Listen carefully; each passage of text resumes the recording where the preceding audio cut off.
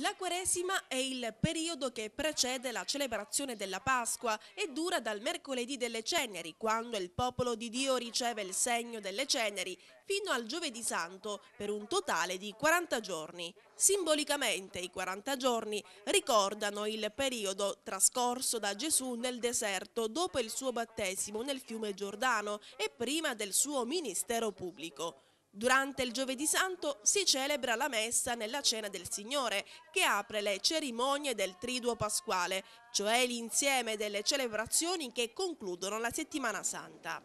Nelle messe della Quaresima non si canta l'Alleluia, non si celebra il Gloria e si utilizza il colore viola per i paramenti liturgici. Essa è un periodo di penitenza che ha come obiettivo la riconciliazione non solo con Dio, ma anche con i fratelli.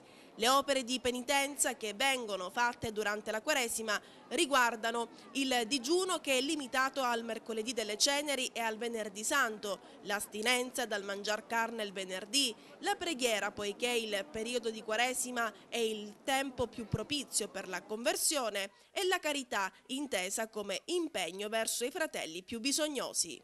Con il mercoledì delle Ceneri ha inizio la Quaresima.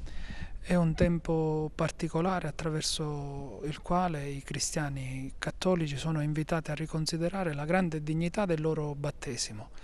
È un tempo di penitenza, dove penitenza vuol dire accostarsi a Cristo, che cerca in tutti i modi di fare la volontà del Padre, fa della volontà del Padre il suo cibo e quindi sa discernere Cristo e noi in Lui dagli altri gusti, dalle altre forme di possesso, di conoscenza, di attese che il mondo può darci rispetto alle attese, alle promesse che il Signore Dio può dare al suo popolo. E quindi un tempo particolarmente intenso di 40 giorni che ricorda il cammino del popolo ebraico nel deserto e le stesse tentazioni di Cristo e il suo stare nel deserto. Anche noi viviamo a volte nel deserto del mondo perché tante cose non ci soddisfano, non ci danno pienamente senso, e come Cristo vogliamo trovare nella parola del Padre il nostro vero senso e significato. Un rito penitenziale attraverso il quale si vuole invitare l'uomo penitente a convertirsi, a cambiare mentalità e credere al Vangelo.